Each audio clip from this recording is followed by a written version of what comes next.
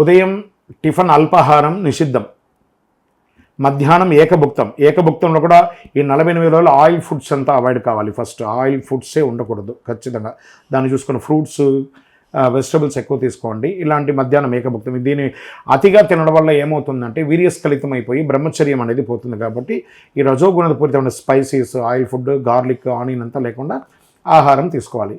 సంధ్యా సమయంలో మళ్ళీ మీకు మీ వృత్తియో వ్యాపారమో అయ్యి ఇంటికి వచ్చిన తర్వాత స్నానం చేసి ఆ పాత బట్టలన్నీ మీరే పిండుకోవాలి. మళ్ళీ ఇంకో ఆల్టర్నేటివ్ బట్టను కట్టుకోవాలి. ఉదయం ఎలా పూజ చేస్తారో సాయంత్రం కూడా అలాగే పూజ చేయాలి. ఈ పూజ చేసిన అనే రోజులు, ఈ 41 రోజులు ఎవరిని పిలిచినా స్వామి అని పేరుతో పిలవాలి. అమ్మ స్వాములందరూ మాళగిపురం మాత అని చెప్పి పిలవాలి. కాళ్ళకు చెప్పులు లేకుండా ఉండాలి. పూజ అయిన తర్వాత వీలుంటే అల్పాహారం, లేకపోతే పండుతో పాలుతో ఉంటారంటే ఒక పండు పాలు తీసుకొని ఉండి దాని తర్వాత మీరు దీక్షను కింద పడుకోవడం, ఒక బెడ్షీట్ లాంటిది వేసుకొని కింద పడుకోవడం అనేది చేయాలి. ఎక్కువ శాతం సోషల్ మీడియాకి దూరంగా ఉండాలి.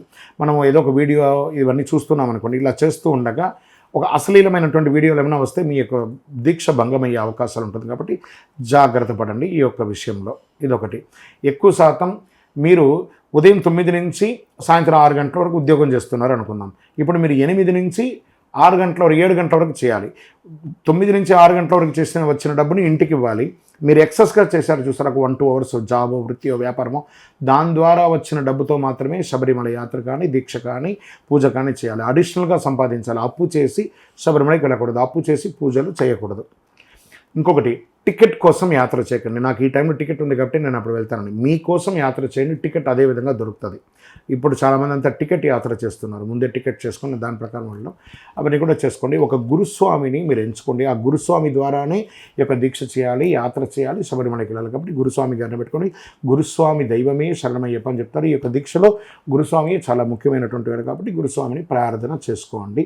అన్ని రకాలుగా ఉంటారు. అన్నిటికంటే మీరు ఎంత పూజ చేస్తున్నారు, ఎంత ఖర్చు పెడుతున్నారని కాదు, ఎంతసేపు స్వామి వారి దగ్గర కనెక్ట్ అయ్యారు.